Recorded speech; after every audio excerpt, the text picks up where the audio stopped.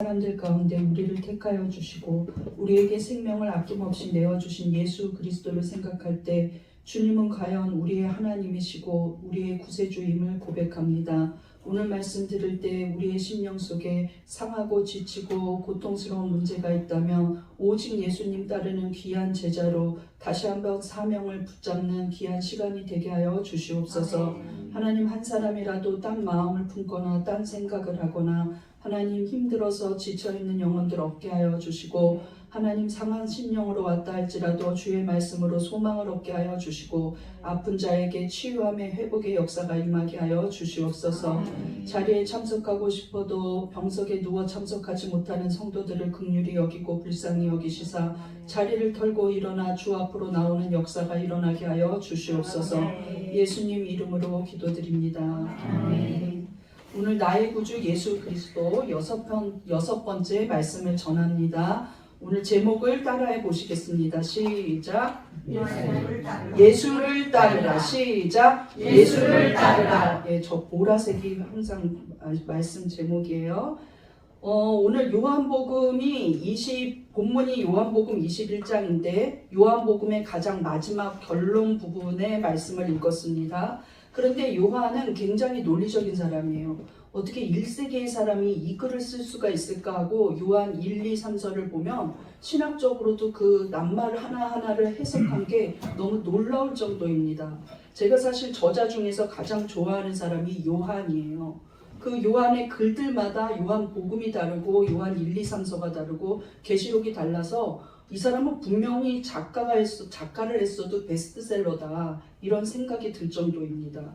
그런데 복음서에서도 제가 가장 좋아하는 복음이 요한복음입니다. 왜냐하면 온통 빨간색이에요. 누구보다 예수님의 설교를 중심적으로 기록한 사람이라는 것이죠. 그런데 요한복음이 수미쌍간법이에요. 여러분 기억나십니까? 수미쌍간법 잊어버리지 않으셨죠? 이 말이 무엇이냐면 앞과 뒤가 같이 연결되어 있다는 거예요. 같은 방법으로 같은 주제로 쓰여 있다는 것이죠. 요한은 자기의 복음서 1장에 예수님이 제자를 만나는 장면을 써놓는데 그 제자를 만나는 제자의 주인공이 누구냐면 베드로와 안드레입니다. 그런데 요한은 마지막 장인 오늘 21장에 다시 한번 베드로를 부르는 장면을 똑같이 수미쌍간법으로 사용하고 있어요. 자, 그러면 우리가 먼저 읽지는 않았지만 도대체 요한복음 1장에 베드로는 어떻게 제자로 캐스팅되었을까요? 먼저 그의 형제 안드레가 예수님이 오시기 전에 회개하라, 천국이 가까웠다 하면서 요단강에서 세례를 주었던 세례 요한입니다. 이 세례 요한은 400년 만에 나온 선지자였어요. 그래서 많은 사람들이 그 세례 요한을 너무나 반가워하고 사모하고 그의 말씀을 들을 때 뜨끔뜨끔 회개의 영이 임했다는 것이죠. 그리고 이 세례 요한은 철두철미한 사람이에요. 회개하지 않고는 세례를 받지 않게 했어요. 그냥 줄을 서 있는다고 무조건 주는 게 아니었다는 것입니다. 내가 이제 죄에서 돌이키겠다는 고백이 있어야지만 세례 요한이 요단강에서 세례를 주었는데 하루 이틀이 아니었다는 거예요. 그래서 그 세례 요한을 따라다니는 수많은 제자 가운데 마침 베드로의 형제 안드레가 있었다는 것이죠. 그런데 이 세례 요한이 제자들에게 이런 말을 자주 했어요. 내가 메시아가 아니다. 수많은 사람들이 야, 메시아가 왔다. 구약의 이사야가 예언한 메시아가 왔다. 이런 말들을 했어요. 그런데 세례 요한은 스스로 아니다라고 했어요. 그럼 당신 누구십니까? 하고 물어봤을 때 세례 요한은 정확하게 나는 앞으로 오실 메시아를 예비하는 사람이다. 그래서 내가 회개의 운동을 일으키는 사람이라고 자기의 포지션을 정확하고 정직하게 이야기합니다. 그런데 제자들에게 가까이 있을 때는 더욱 많이 말했어요. 앞으로 어떤 분이 오실 것이다. 그가 어떤 일을 할 것이다. 이런 얘기들을 많이 했어요. 근데 그 와중에 세례 요한에게는 성령이 임해서 무슨 얘기를 하시냐면 네가 성령이 임해서 오는 사람을 만날 텐데 그분이 메시아다 하고 말을 하는 거예요. 어느 날 예수님이 요단강가에 세례 요한을 만나러 걸어오시는 것을 보고 세례 요한은 단방에 알아봤습니다. 바로 저분이시구나 하고 알았다는 거예요. 그때 마침 세례 요한이 사랑하는 두 제자가 있었는데 그 두 제자 중에 안드레가 있었다는 것이죠. 안드레가 옆에서 들으니까 세례 요한이 늘 얘기했었기 때문에 알고 있거든요. 그런데 세례 요한이 이렇게 말해요. 보라, 세상 죄를 지고 가는 하나님의 어린 양이로다. 아, 저분이시구나 하고 짐작하고 있는데 더욱 강력하게 요한복음 1장은 이렇게 말해요. 복음서 중에 요한복음만 이런 말을 해요. 저분이 하나님의 아들이다. 이렇게 말하거든요. 그래서 안드레는 의심하거나 추측할 필요가 없습니다. 맞아, 하나님의 아들이구나. 그리고 그 예수님과 대화하는 세례 요한을 보았어요. 안드레가 가장 사랑하는 자가 누구겠습니까? 피를 나는 형제죠. 그래서 열정을 가지고 있는 이 안드레는 자기보다 더 열정이 많은 아주 정말로 굉장히 모든 것을 행동으로 옮기는 베드로에게 야, 내가 오늘 그 메시아를 만났다. 그분이 그리스도다. 한번 같이 가보자 하고 말하는 거예요. 그래서 베드로도 안드레도 예수님을 알고 있었다는 것이죠.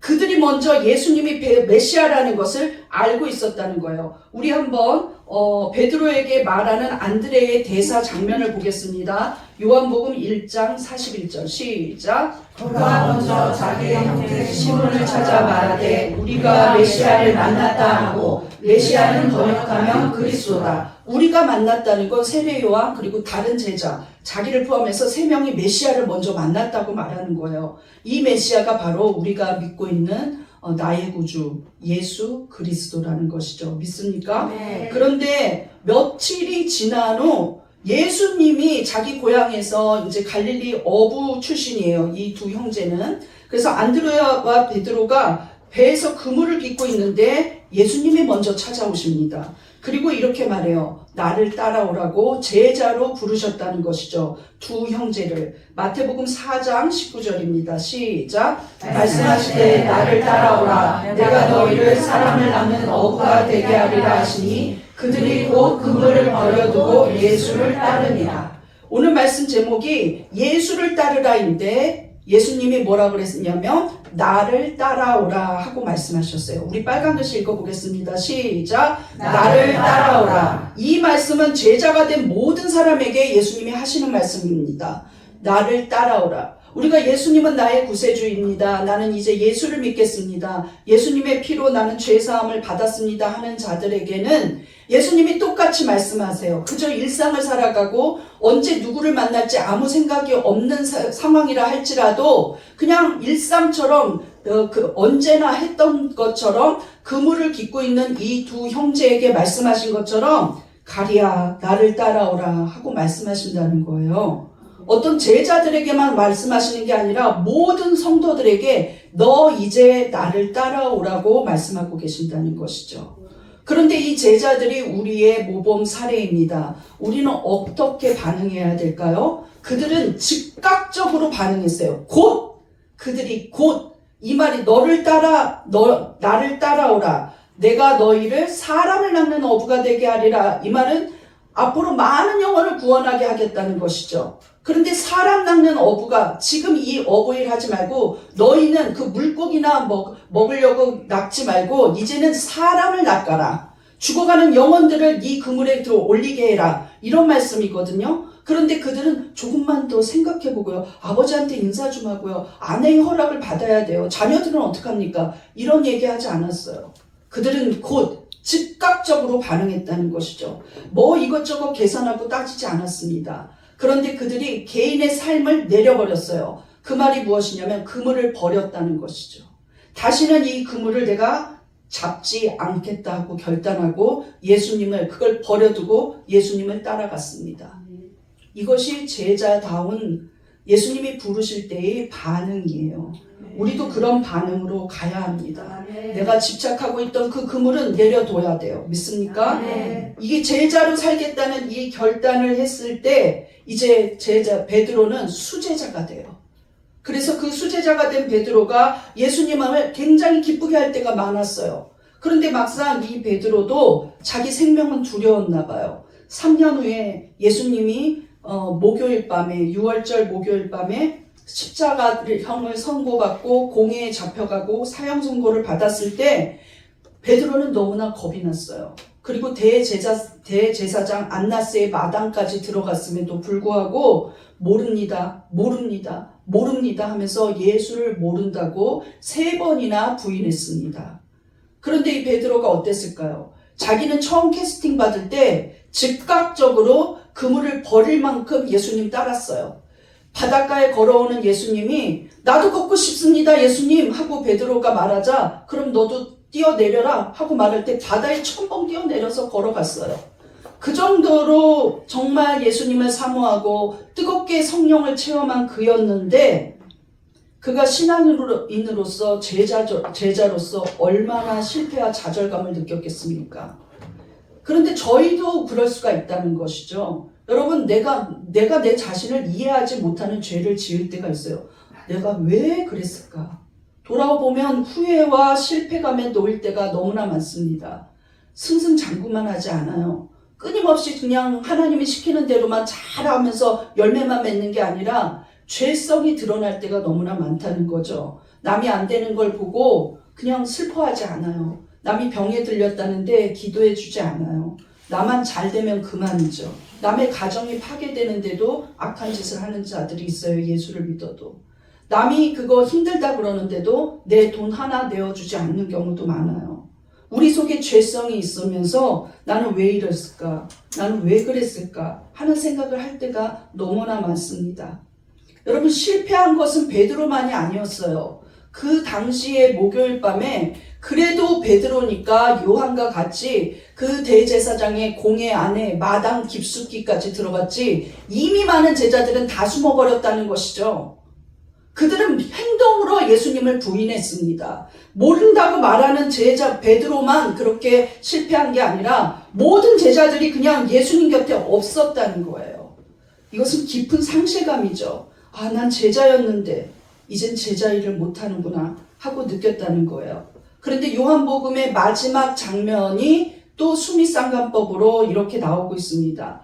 이제 베드로는 자기 스스로가 예수님이 주셨던 그 너희는 나를 따르라. 내가 너희를 사람을 낚는 어부가 되게 하겠다. 이렇게 깊은 사명감, 특별한 사명감을 받았는데 베드로는 스스로가 그 그물을 버려두었는데 이제 갈릴리 자기 배 앞으로 가서 무엇을 하냐면 물고기를 잡고 있어요. 다시는 그 그물을 잡지 않을 줄 알았는데 실패한 마음으로 자기 스스로가 제자의 직분을 그냥 사퇴해버린 것이죠. 그리고 나아가서 그 물고기를 잡고 있다는 것이죠. 그런데 베드로뿐만이 아니라 요한, 빌립, 안드레가 같이 갔다는 거예요. 예. 그럼 나머지 제자들은 예수님 곁에 있었을까요? 저기 엠마오로 가고 있었어요. 자, 그 제자들 생각하면 너무 안쓰럽기도 하죠. 그런데 우리가 예수님을 떠나고 상실감에 놓였을 때, 내가 나를 용서하지 못하는 죄에 빠졌을 때 옛날로 돌아갈 때가 너무나 많습니다. 에이, 이렇게 된 거 나는 하나님 앞에 버림받았어 하고 옛날로 돌아간다는 거예요. 옛 습관으로 돌아가 버린다는 것이죠. 베드로도 그렇게 하고 있다는 거예요. 그런데 예수님이 요한복음 1장에서 너는 나를 따르라 하고 말씀하셨는데 요한복음 21장에서 완전히 자기를 배신했던 이 베드로에게 3년 전에 불렀을 때와 똑같은 말을 하시는 거예요. 다시 배 앞에 앉아있는 그 베드로, 똑같은 장면입니다. 3년 전과 너무나 똑같아요. 그래서 요한은 1장과 21장에 그 부분을 넣어놓고 실패한 베드로의 부분을 넣어놓으면서 실패한 뒤에 예수님은 베드로를 만났을 때 지금까지 즐거웠다, 수고했다 이랬을까요? 그러지 않는다는 것이죠. 우리 마지막 부분 오늘 본문 22절을 보겠습니다. 시작! 예수께서 이르시되 너는 나를 따르라 하시더라. 변함이 없어요. 이미 실패하고 난 뒤에도 예수님 어떻게 말씀하십니까? 너는 나를 따르라. 너는 나를 따르라고 말씀하셨다는 거예요. 그 갈릴리 해변 3년이 지난 베드로, 여전히 자기 배를 다시 찾고 있고 다시 업으로 돌아간 그 베드로에게 예수님은 똑같은 사명을 주신다는 거죠. 제가 오늘 여러분에게 말씀드리고 싶은 부분은 이미 실패하고 나서 상실감을 느꼈을 때 나는 아무것도 잘하는 게 없어. 하나님이 나를 쓰고 싶어도 쓸 수 있는 게 없는 사람이야. 나는 할 수 없는 사람이야. 이렇게 마음을 갖고 있다면 우리는 다시는 실패하지 않기 위해 마음의 각오를 하고 예수님을 따라야 합니다. 그렇다면 예수님을 따르는 제자는 어떤 마음으로 예수님을 따라야 할까요? 오늘 그것을 한번 말씀으로 나눠보고자 합니다. 예수를 따르라. 1번 시작. 마지막에 승리를 믿고 주를 따라야 합니다. 주님을 부인하는 부끄러움을 경험하고 다시 예수님을 따르고 있는 베드로에게 너 왜 그랬니 하시지 않아요. 그런데 베드로는 앞으로 내가 뭐를 하겠어, 이런 상실감에 빠져 있다는 것이죠. 내가 다시 예수님을 전할 수 있을까? 내가 예수님하고 다시 관계가 회복될까? 얼굴만 마주쳐도 부끄럽고 미안해, 이런 생각을 하고 있을 거예요. 그러나 예수님은 먼 미래, 얼마나 먼 미래냐면 장차 네가 죽을 때의 이야기를 해주신다는 거예요. 요한복음 21장 18절입니다. 시작. 내가 진실로 내게 이르노니 내가 젊어서는 스스로 뒤를 두고 원하는 것을 바라거니와 늙어서는 내 팔을 벌리리니 남이 내게 띠띠우고 원하지 아니하는 곳으로 데려가리라. 젊어서 베드로는 마음대로 살았습니다. 그 말이 무엇이냐면 너 지금 젊은 형이기에 너 생명이 아까워서 그냥 마음대로 예수님 몰라요, 예수님 몰라요, 나는 정말 모른다고요 하면서 저주하면서 부인했습니다. 그러나 이제 그가 예수님에게 다시 21장 3년 후에 갈릴리 해변에서 너는 나를 따르라고 이렇게 두 번째 제자 캐스팅을 받고 난 뒤에 그는 변함없을 것이라는 거예요. 어떤 변함이 없을 것이냐, 어떤 환경에도 변하지 않을 것이라는 걸 예수님은 말씀하고 계신다는 것이죠. 너는 어떻게 죽을 정도로 믿음이 좋을 거냐면 두 팔을 벌리리라. 두 팔을 벌린다는 건 십자가형에서 팔을 벌리게 된다는 거예요. 띠를 띠게 되리라. 이것은 그를 밧줄로 묶는다는 것이죠. 너는 묶여서 두 팔을 벌리고 죽게 될 것이라는 걸 이야기하고 있었다는 거예요. 그러나 사람이 보기에는 전처럼 그냥 부인해서라도 생명을 더 연장하는 게 좋지 않을까? 뭐 오래 사는 게 장땡이지, 이렇게 생각할 수 있어요. 그런데 예수님 입장에서는, 신본주의적 입장에서는 그것이 하나님 앞에 영광이라는 것이죠. 믿습니까? 네. 모든 걸 다 버리고 네 생명까지 다 줬을 때 그 찬란한 죽음이 하나님 앞에 영광일 것이다. 네가 다시는 부인하지 않을 만큼, 죽음도 그거를 핍박을 넘어서지 못할 만큼, 죽음도 네 사명을 없애게 하지 못할 만큼 너는 하나님 앞에 영광을 돌릴 것이라고 말하고 있다는 거예요. 그 뒷부분 19절을 보겠습니다. 시작. 이 말씀을 하시는 베드로가 어떠한 죽음으로 하나님께 영광을 돌릴 것을 가리키심이니라. 베드로는 어떻게 영광을 돌렸냐면, 저 유럽의 박물관 같은데, 교회 같은데, 성당 같은데 가면 수도 없이 흔하게 볼 수 있습니다. 그리고 유명한 화가들도 수도 없이 그렸어요. 무엇이냐면 거꾸로 매달린 한 사람은 반드시 베드로입니다. 반드시 베드로예요. 요번 주에 교황을 새로 뽑았죠. 예. 뽑힌 사람은 슬퍼하고 뒤에 있는 추기경들은 너무 좋아서 웃고 있더라고요. 야, 인간의 마음은 다 똑같아. 나만 아니면 돼. 이러구나. 이런 생각을 했는데, 그분이 계시고 있는 그 베드로 성당 안에 보면 베드로를 마지막에 묶었을 때의 쇠사슬이라고 하면서 그거 보여주러 있고 사람들이 많이 가요. 예. 그런데 정말 베드로는 절대적으로 죽을 때까지 예수님 말씀처럼 예수님 부인하지 않고 자기 생명 내어주면서 끝까지 복음 전하며 살았습니다. 교회가 기록하지 않은 다른 역사적 전승에 의하면 AD 61년 7월이라고만 기록되어 있어요. 그런데 그때는 네로 황제 시절입니다. 네로는 누구보다도 기독교를 박해했던 사람인데, 네로가 직접 십자가형을 언도했고, 베드로는 내가 무엇이라고 예수님처럼 십자가를 지겠습니까? 나는 예수님보다 못한 게 당연하니 거꾸로 매달리겠습니다 하고 자청해서 거꾸로 매달려 순교했습니다. 자, 예수님은 앞으로 이 베드로가 영광 돌릴 것을 알면서 다시 한번 또 말해요. 이 말씀을 하시고 너는 죽을 때 영광일 것이다 하고 위로해줘요. 넌 죽을 때까지 결단코 나를 부인하지 않을 것이다. 나는 알고 너를 믿는다. 그리고 이렇게 다시 한번 제자 사명을 주십니다. 19절 후반부 보겠습니다. 시작. 이 말씀을 하시고 베드로에게 이르시되 나를 따르라 하시니. 여러분, 베드로만큼 예수님을 부인하지는 않으셨지 않습니까? 우리가 그냥 교회 가기 싫어요. 그 다음에 그냥 거짓말도 해보고 미워하기도 하고 그냥 죄 짓기도 하고 이러지만 베드로만큼 죄를 짓지는 않았습니다. 그러므로 예수님은 여러분에게 지금도 말씀하십니다. 나를 따라와라. 나를. 저기 세상 가서 세상 즐거움, 세상 기쁨, 세상 잘 이거 다 내려놓고 나를 따라오라고 말씀하고 계신다는 거예요. 믿습니까? 로마에서 순교했던 바울, 우리가 아는 사도들은 다 순교했습니다. 그런데 바울이 자기가 사형 선고가 내려졌어요. 이제 어느 날이 될지 모르지만 나는 죽는구나. 그리고 바울은 우리가 알다시피 참수형을 당했습니다. 많은 극장, 원형 극장에서 많은 사람들이 보는 앞에서 본보기로 죽였어요. 그런데 바울은 그렇게 될 걸 알고 있었다는 거예요. 그리고 나서 바울은 오히려 기뻐하면서 디모데, 자기의 아들 같은 디모데에게 글을 씁니다. 그게 디모데 전 후서인데 후서 뒷부분으로 갈수록 죽음은 더 임박하고 있겠죠. 그런데 디모데 후서 4장에 이런 글을 했어요. 난 여태까지 선한 싸움을 싸웠다. 너무 많이 선한 싸움을 싸웠지만 나는 주변을 돌아보지 않고 내 달려갈 길만 믿음으로 지켜냈다. 그런데 나는 이제 내가 죽으면 저 하늘나라의 의의 면류관이 예비되어 있는데 나는 그것만으로도 기쁘다는 거예요.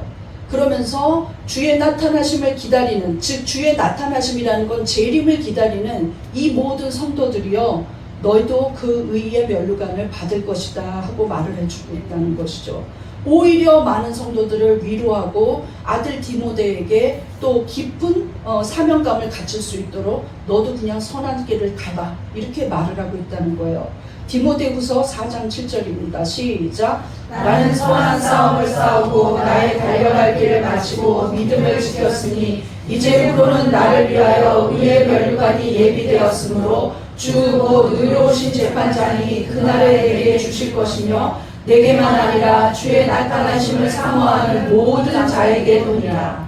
내게만 아니라, 바울만 아니라 주의 나타나심을, 주님 언제 만나나, 주님 만났으면 하고 사모하면서 선한 싸움을 싸우고 있는 그들 모두에게 의의 면류관은 예비되어 있습니다. 믿습니까? 그러므로 중도에 포기하면 안 돼요. 에이 그냥 간두자, 내가 그렇지 뭐 지옥 가야 돼, 이렇게 생각하면 안 된다는 거예요. 믿습니까?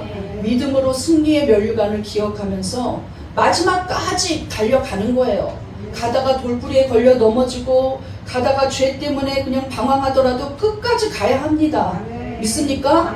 예수님이 그런 자를 기뻐하신다는 거예요. 믿습니까? 만약 베드로가 두 번째 부름 받았을 때 싫어요, 못해요 하면 예수님도 어쩔 수 없었을 것도 같아요. 그런데 베드로는 그냥 받아주는 예수님이 기뻐서 여전히 충성하기로 결단을 했다는 것이죠. 그러니 여러분, 우리도 베드로처럼 실패했어도 다시 일어날 수 있습니다. 믿습니까? 오히려 베드로는 실패 이후에 더 많은 역사와 은혜를 부었어요. 믿습니까?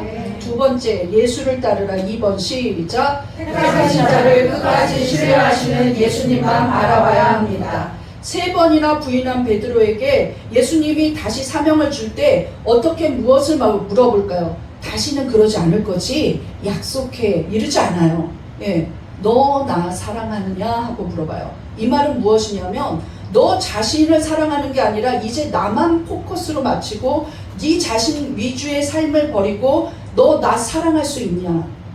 나를 사랑하는 삶을 택할 수 있냐? 너를 사랑하는 게 아니라, 네 생명을 사랑하는 게 아니라, 너의 삶을 사랑하는 게 아니라, 네 고집을 사랑하는 게 아니라, 네 경험을 먼저 내세우는 게 아니라 나를 사랑할 수 있냐고 물어보신다는 거예요. 오늘 본문 바로 앞에 15절을 보겠습니다. 시작. 예수께서 시몬 베드로에게 이르시되 요한의 아들 시몬아, 내가 이 사람들보다 나를 더 사랑하느냐 하시니 이르되 주님 그러하나이다. 내가 주님을 사랑하는 줄 주님께서 아시나이다. 이르시되 내 어린 양을 먹이라 하시고. 야, 이제는 더 깊은 사명이에요. 나를 따르라고만 하지 않고 구체적으로 어떻게 하냐면 사역을 주시는 거예요. 내 어린 양을 먹여다오, 이렇게 말하고 있습니다. 자, 이 어린 양은요, 예수님이 앞으로 구원해야 될 많은 이방과 유대인들이에요. 수많은 양떼들이죠. 이 어린 양을 먹여달라고 말했어요. 예수님은 요한복음 앞부분에 보면 나는 선한 목자라 하고 말하고 있어요. 그런데 예수님 앞으로 승천하실 때 그 목자 일 누가 할까? 베드로에게 주셨다는 거예요. 내 어린 양 먹여다오. 하고 주셨다는 거예요. 이 어린 양을 위해서 예수님이 자기 생명까지 줄 정도로 귀하디 귀한 영혼입니다. 마태복음에서는 예수님이 이 한 생명이 천하보다도 귀하다고 말씀하셨어요. 이 귀한 양떼를 누구에게 맡기고 있냐면 자기를 3번이나 배신한 자에게 맡기고 있다는 것이죠. 여러분, 자기를 너무 배신하고 자기한테 사기치고 자기한테 공갈 협박만 한 사람에게 자식 맡길 수 있겠습니까? 없죠. 그런데 예수님은 맡겼습니다. 오히려 그 육신보다 귀한 영혼을 맡겼다는 거예요. 예수님은 변함이 없으시다는 거죠. 내가 한번 저 김가리를 목회자로 세워서 사용하겠다 하고 막 부르셨다면 내가 실패하고 100점짜리인 줄 알았는데 빵점짜리 짓을 하고 마이너스 같은 일을 해도 예수님은 끝까지 그를 신뢰하면서 끝까지 붙잡고 다시 사명을 주시고 사명을 주시는데 가장 귀한 사명은 양떼를 맡기는 사명입니다. 믿습니까? 이 귀한 사명을 주셨다는 거예요. 이스라엘 백성들이 계속 타락해 갑니다. 나라가 분열돼도 타락해요. 이스라엘이 분열된 이유도 너무나 우상숭배를 많이 해서 분열되었는데 그 이스라엘 백성들이 하나님을 완전히 버렸어요. 그리고 우상숭배를 하는데 얼마나 잔인한 우상숭배를 하냐면 자기 아들들을 그냥 불에 던져요. 사람을 인신제사를 드리는 것을 믿었기 때문에. 그리고 교만하고 폐역합니다. 그리고 나라가 망했어요. 그러니까 이제 이 사람들이 뭐라 그러냐면 야, 거봐라. 하나님이 우리를 버렸다. 우리를 잊었다. 우리를 버렸지 뭐. 하나님이 우리를 뭐 생각하시겠냐? 이제 망했다. 이렇게 생각하는 거예요. 이사야 49장 14절 시작. 오직 시온이 이르기를 여호와께서 나를 버리시며 주께서 나를 잊으셨다 하였거니와. 여기서 이스라엘을 왜 시온이라고 말하고 있냐면 실제로 예루살렘 남서쪽에 시온성이 있지만 영적으로는 시온을 거룩한 것으로 예비하고 있어요. 그런데 그 거룩한 백성들이 하나님의 백성들인데 원래의 정체성은 하나님의 백성입니다. 하나님의 소유고요. 그런데 그들이 뭐라고 말하고 있냐면 하나님이 나를 버렸어. 야, 하나님이 우리 버렸다, 잊어버렸다. 그런데 바로 여기가 14절입니다. 이사야 49장. 그런데 바로 즉각적으로 하나님이 대답해 주세요. 바로 뒷절 15절을 보겠습니다. 시작. 여인이 어찌 그 전놈을 자식을 잊겠으며 자기 태에서 난 아들을 긍휼히 여기지 않겠느냐. 그들은 혹시 잊을지라도 나는 너를 잊지 아니할 것이라. 내가 너를 내 손바닥에 새겼고 너의 성벽이 항상 내 앞에 있나니 나는 너를 잊지 아니할 것이라 하고 말하고 있어요. 그런데 어떻게 비유하시냐면 젖먹는 자식을 잊지 않는 어머니 심정으로 비유하고 있다는 거예요. 절대로 젖먹이 아기를 엄마는 버려두지 않습니다. 때가 되면 젖을 먹어야 되기 때문에 절대로 버리지 않아요. 울기만 해도 그냥 바로 데리고 와서 먹입니다. 그 정도로 하나님은 자기 백성 아무리 죄짓고 그 악한 우상숭배 일을 해도 한 번 택한 백성이기 때문에 버리지 않겠다는 거예요. 얼마나 너를 잊지 않으려면 내 손바닥에 너를 새겨놓고 있다고 김가리 이렇게 새겨놨다는 거예요. 잊을 수 없다는 것이죠. 그것이 증명된 게 자기의 귀한 아들 예수 그리스도를 보내어 우리를 구원하신 일입니다. 그것만으로도 증거가 돼요. 믿습니까? 절대로 우리를 버리지 않는다는 것이죠. 그런데 주님만 바라보고 가면 됩니다. 다시 실패하는 이유는 무엇이냐면 어디 뭐 더 재밌는 거 없나 하고 두리번거리는 거예요. 저 사람이 나보다 더 잘하나 못하나 그냥 남하고 비교하는 거예요. 여러분 성경적으로요 기독교 상담을 배울 때 가장 성도들이 실패하는 사례가 뭐냐면 비교의식입니다. 비교의식. 목사님은 왜 내가 더 힘든 사람인데 저 사람을 기도해 주지? 목사님은 내가 더 병들었는데 왜 더 덜 병든 사람을 기도 먼저 해주지? 목사님은 내가 더 열심히 하는데 왜 저 사람 먼저 칭찬해 주지? 이런 것들이에요. 근데 베드로가 잠깐 다시 실패하려고 해요. 왜냐하면 이제 칭찬 듣고 사명도 엄청난 사명을 받으니까 베드로는 기분이 또 업됐어요. 그러니까 즉각적으로 표현하는 사람이에요. 그래서 너는 나중에 죽을 때 하나님께 영광이 될 거다 하고 말했을 때 기분이 좋아요. 그러니까 어떻게 하냐면 예수님 영원한 영적 라이벌 저 요한 어디든 라이벌로 같이 있어요. 겟세마네 동산에도 저놈의 요한이 내 동생인데 계속 같이 있어요. 막내거든요. 요한은 10대의 제자로 캐스팅되었습니다. 대단한 사람이에요. 변화산에서도 저 애가 다시 같이 있어. 어딜 가도 같이 있어. 지금 고향에서도 같이 있어. 지금도 같이 만나. 쟤는 어떻게 되겠습니까? 비교의식이 생겨요. 자, 우리 본문 21절 보겠습니다. 시작. 이에 베드로가 그를 보고 예수께 여짜오되 주님 이 사람은 어떻게 되겠사옵나이까. 이 사람이지만 얘라 그랬을 거예요, 아마. 주님, 이 사람, 얘 요한은 어떻게 됩니까? 요한, 나는 이제 알았고요. 나도 양을 치워야 되고, 얘는 뭐 할까요? 얘는? 그래, 예수님이 얘는 뭐 할 거다 하고 말하지 않아요. 수준이 안 맞아요. 저 가끔 그런 걸 느끼거든요. 야, 이게 영적 수준을 못 따라와서 더 이상 말을 못 하겠다 하고 제가 그냥 듣기만 하고 말 때도 있거든요. 예수님 어땠을까 조금 미약하게나마 알 것 같아요. 근데 예수님이 이렇게 말해요. 도대체 너랑 무슨 상관인데? 너랑 상관할 거 없지 않느냐? 그럼 너는 뭐를 해야 될까? 다시 한번 또 이 제자한테 말하는 거예요. 이 철없는 베드로한테. 용서받자마자 실수 덩어리예요. 22절 보겠습니다. 시작. 예수께서 이르시되 내가 올 때까지 그를 머물게 하고자 할지라도 내게 무슨 상관이냐. 너는 나를 따르라 하시더라. 저 요한이 내가 재림할 때까지 산다 한들 너랑 무슨 상관이냐. 수천 년을 산다 한들 불로 장생한다 한들 무슨 상관이냐 도대체. 너랑 뭔 상관이지? 네 사역하는 거 그거 해라. 너는 나를 따르라. 내가 아까 말했지. 너는 나를 따르라고. 우리 본문에 보면 예수님이 너는 나를 따르라, 너는 나를 따르라를 2번 반복하시는 거예요. 그냥 지금 방금 바로 잊었어요. 내가 얼마나 힘들게 예수님께 용서받았는지 내 마음이 공고할 때 예수님이 찾아와서 간신히 지금 용서받고 사명 부여받았는데 업돼 있다는 것이죠. 여러분, 칭찬 들을 때 그때 비교의식, 그때 좀 더 내가 우월감을 느끼고 싶어 합니다. 아, 내가 요번에 찬양한 게 저 사람보다 낫지. 아, 내가 이번에 기도한 게 저 사람보다 낫지. 아, 내가 청소한 게 더 낫지. 아, 내가 설교한 게 더 낫지. 이런 우월감이 있어요. 예, 반드시 그런 게 있습니다. 목사님들 사이에서도 있어요. 여태까지 못 들어본 설교야. 막 이렇게 말하면 그 목사님이 하루 종일 기분이 좋아 있어요. 예, 물론 좋은 거는 너무 감사한데 그런 업되는 부분이 있다는 거예요, 우리들이. 그때 실패합니다. 그때 실패해요. 방금 칭찬 들었는데 방금 혼나는 거예요. 무슨 상관이지? 우리는 어떻게 해야 합니까? 어떤 사람의 칭찬, 그건 내가 잘했다는 결과 이런 거 바라보지 말고 지금 앞을 향해서 가야 한다는 거예요. 끝까지 나를 신뢰하고 계신 예수님만 바라보면서 예수님이 기뻐하신가? 예수님이 이게 내가 예수님을 사랑하는 마음으로 했나? 이게 내가 나를 내려놓고 예수님 뜻대로 했나? 이게 내 유입대로 하지 않고 예수님한테 기뻐하시는 대로 했나? 이것이 우리의 사명입니다. 믿습니까? 네. 바울은 뭐라 그랬냐면 하나님의 기뻐하시고 온전하시고 선하신 뜻이 무엇인지 분별하라 그랬어요. 그러면서 예수를 깊이 생각하라 그랬어요. 바울은 그러면서 사명을 감당했다는 것입니다. 야, 1차 교회, 2차 교회, 3차 교회 기록으로 남기지도 않았다는 거예요. 그것이 우리의 갈 바입니다.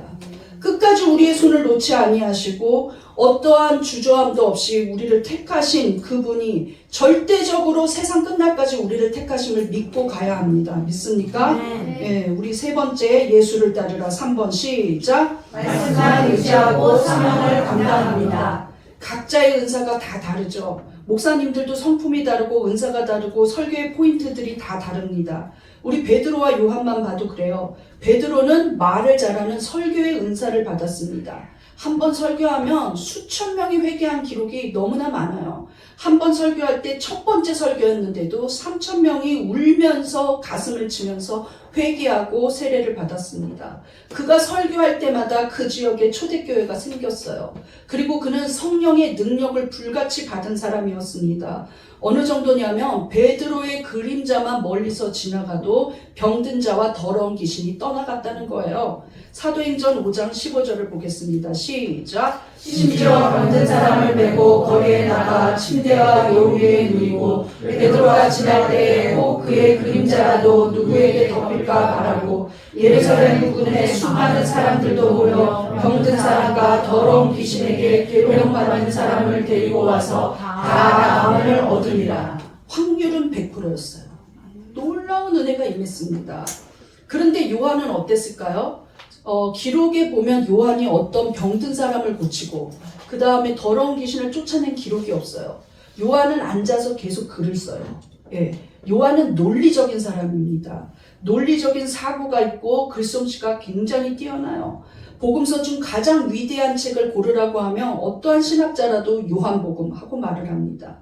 그리고 그는 종말의 계시를 보고 끝까지 요한계시록을 썼고 예수 그리스도라는 분은 누구인지에 대한 정체성을 알려주는 요한 1, 2, 3서를 쓴 사람입니다. 예수가 곧 생명이고 예수가 말씀이고 예수가 빛이라고 요한복음 1장에 예수 그리스도의 정체성을 먼저 밝힌 자가 바로 1세기에 글을 쓴 요한이라는 것은 놀라운 일입니다. 그런데 이 베드로도 바울도 요한도 다 각기 달란트가 다르고 한 사명이 달라요. 그런데 공통적인 거는 복음 사역을 감당했다는 것이죠. 이 복음 사역을 감당한 자들의 공통점이 있습니다. 은사와 성품이 다 달라도 공통점이 있어요. 그것은 무엇이냐? 전적으로 말씀을 의지한다는 거예요. 믿습니까? 복음서의 이 요한복음의 맨 마지막은 그가 왜 이 복음서를 썼는지를 말을 하고 있어요. 요한복음 20장 31절입니다. 시작. 오직 이것을 기록함은 너희로 예수께서 하나님의 아들 그리스도이심을 믿게 하려 하며 또 너희로 믿고 그 이름을 힘입어 생명을 얻게 하려 함이니라. 생명을 얻게 하려고, 영적인 생명입니다. 영원한 생명이에요. 구원을 얻게 하려고 이 글을 썼다 하고 자기 저자인 요한이 말을 하고 있다는 거예요. 말씀이 쓰여진 이유가 죽어가는 영혼을 살리게 하는 게 말씀이 쓰여진 이유입니다. 그렇다면 우리가 말씀 자체가 죽어가는 영혼을 살린다는 걸 믿어야 돼요. 믿습니까? 이 모든 성경이 처음부터 창세기부터 계시록 끝까지는 오직 사람을 살리는 게 목적이라는 거예요. 믿습니까? 저 지옥불에 들어갈 불쌍한 영혼들을 살리는 게 목적입니다. 그러므로 설교도 죽어가는 영혼을 살리는 것에 포인트를 두고 있어야 돼요. 믿습니까? 예수의 생명이 빠진 설교는 설교가 아니라는 거예요. 속죄함의 은혜를 빠뜨린 설교는 설교가 아닙니다. 어떠한 설교라도 교회 내에서 선포되는 모든 말씀 안에는 죄사함의 구속의 은혜가 있어야 해요. 믿습니까? 바울도 언제나 말씀을 가지고 선교했는데 성경에 기록된 많은 기록자 중에서 바울만큼 전도를 많이 한 사람은 없습니다. 거리만 해도 엄청나요. 유럽과 소아시아 모든 대륙을 다니면서 바울은 지중해를 넘나들면서 복음을 전한 사람입니다. 대중교통 하나 없을 때 1세기에 그 일을 했다는 건 엄청난 거예요. 그런데 바울이 항상 자기의 습관이 무엇이냐면 자기가 하는 전도의 패턴이 무엇이냐면 말씀 강론이었다는 거예요. 그가 데살로니가에 제2차 전도 여행을 갔을 때 데살로니가에 복음을 전했습니다. 그런데 그때는 완전히 로마 제국의 속국이었고 다신교 문화에 빠져있는 도시였어요. 당시에 신전이 얼마나 많았냐면 제우스, 아폴로, 아르테미스, 황제 숭배까지 했던 것입니다. 완전히 다신교예요. 전체적으로 우상 숭배가 완전히 뿌리 깊이 박혀있던 곳이 바로 데살로니가입니다. 그런데 바울은 여기에 가서 어떤 능력과 권능으로 사람을 현혹하려고 하지 않았어요. 먼저 무엇을 했냐면 말씀을 강론했는데 이것이 늘 자기 하던 패턴이었다는 거예요. 사도행전 17장 2절을 보겠습니다. 시작. 바울이 자기의 관례대로 그들에게로 들어가서 새 안식일에 성경을 가지고 강론하며 3주 동안 성경 가지고 강론했는데 자기의 관례라. 그는 어디를 가든지 그 일을 먼저 했다는 거예요. 오직 말씀이었다는 것이죠. 강론하다 이거는 무엇이냐면 말씀을 해석해주고 뜻을 알려주는 거예요. 하나하나씩 읽으면서 이사야서를 읽으면서 시편을 읽으면서 예레미야서를 읽으면서 말라기를 읽으면서 예수 그리스도에 대해서 선포된 부분, 예언된 부분들을 알려주고 하나님이 어떠한 자를 기뻐하시는지 우리는 하나님의 택하신 족속이라는 것을 알려주었다는 것이죠. 사람이 왜 창조되었다는 것을 알려주었다는 거예요.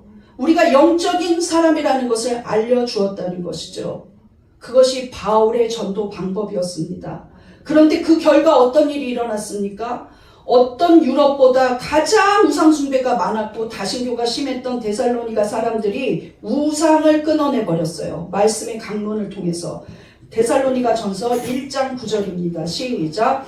너희가 우상에서 하나님께로 돌아와서 살아계시고 참되신 하나님을 섬기는 자와, 그리고 이들은 영적으로 엄청나게 빨리 성장해서 예수님을 얼마나 사랑하는지 다시 오실 예수님을 기다리는 그 재림 신앙을 갖는 자들이 되었다는 거예요. 데살로니가 전서 1장 10절 시작. 또 죽은 자들 가운데서 다시 살리신 그의 아들이 하늘로부터 강림하실 것을 너희가 어떻게 기다리는지를 말하니 이는 장래의 노하심에서 우리를 건지시는 예수시니라.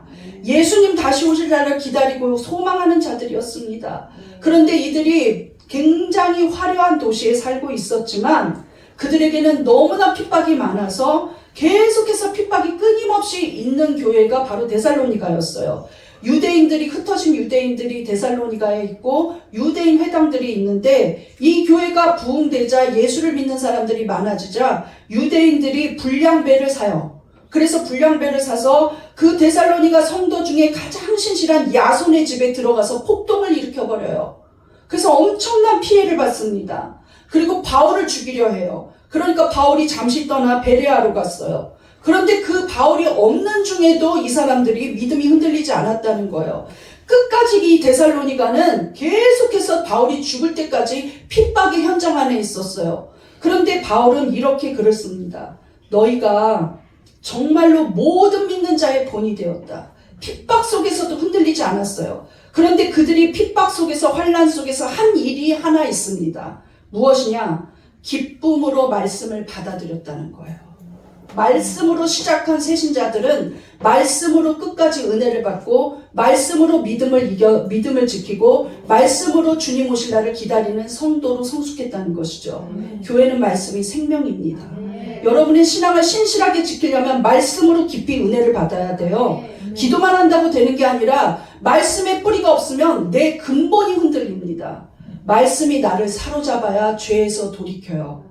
그래서 마지막 데살로니가 전서 1장 6절에는 이렇게 바울이 말하고 있습니다. 너희는 많은 환난 가운데서 말씀을 받아서 모든 믿는 자의 본이 되었다 하고 말을 하고 있어요. 읽어보겠습니다. 시작. 너희는 많은 환난 가운데서 성령의 기쁨으로 말씀을 받아 우리와 주를 본받는 자가 되었으니 그러므로 너희가 마게도냐와 아가야에 있는 모든 믿는 자의 본이 되었느니라. 마게도냐는 이탈리아 북부예요. 아가야는 이탈리아 남부, 데살로니가는 아가야에 있는 큰 도시입니다. 이 모든 이탈리아, 모든 전국에 너희가 바로 너희 교회가 데살로니가가 모든 믿는 자에게 본이 되었다고 말하고 있어요. 그 본을 우리가 따라야 합니다. 어떠한 환난과 어려움이 올 때 지금은 말고 나중에나 큐티해야지. 지금은 뭐 기도에 가지 말고 나중에 가야지. 이렇게 생각하지 말고 힘들고 어려울수록 말씀의 자리로 오십시오. 말씀을 강론하는 게 나중에는 나를 지켜주는 길입니다. 믿습니까? 네. 우리 한번 고백해 보겠습니다. 오직 말씀을 의지하며 제자다운 길을 가겠습니다. 오직 말씀을 전하며 전도하겠습니다. 믿습니까? 말씀이 우리를 살릴 것입니다. 믿습니까? 결론을 보겠습니다. 예수를 따르라. 1. 마지막에 승리를 믿고 주를 따라야 합니다. 2. 택하신 자를 끝까지 신뢰하시는 예수님만 바라봐야 합니다. 3. 말씀만 의지하고 사명을 감당합니다. 우리 이 시간에 여러분이 실패도 경험하고 어려움도 있고 또 장애도 있고 힘든 일도 있겠지만은 하나님 오직 주님 따라가면서 살아갈 수 있게 해달라고 이 시간 간절히 주여 한번 부르짖고 기도하시겠습니다. 주여!